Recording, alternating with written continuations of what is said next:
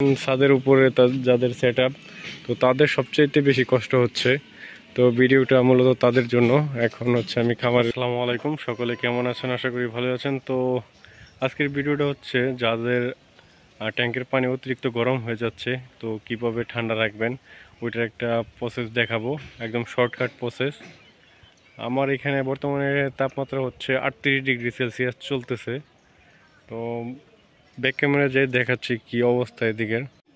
দেখেন রৌদ্রে খা খা করতেছে, কোনো মানুষ চলাফেরা করতেছে না, এত একদম খালি চারপাশ শুধু রৌদ্র আর রৌদ্র।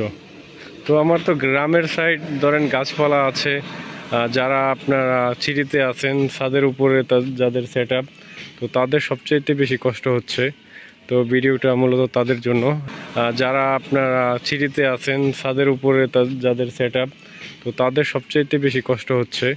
তো ভিডিওটা মূলত তাদের জন্য। এখন হচ্ছে আমি খামারের ভিতরে যাব।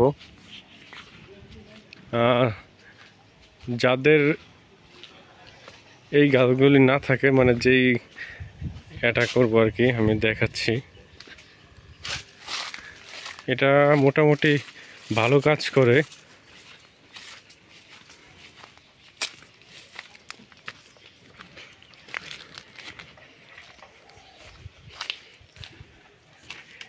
এই যে এখানে দেখেন বিগ সাইজের কচু গাছ। তো এই যে কচু পাতা, এই পাতাগুলি কেটে আপনার এক একটা ট্যাঙ্কে 2টা দিলেই হবে, বড় ট্যাঙ্কে অথবা 3টা।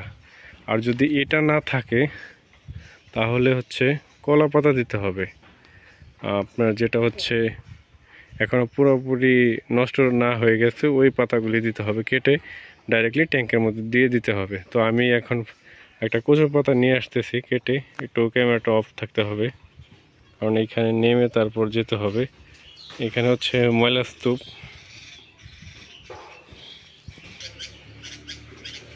তো আমি একটা পাতা নিয়ে আসছি, জাস্ট আপনাদের দেখাবো। এটা একদম সহজ পদ্ধতি যেটা।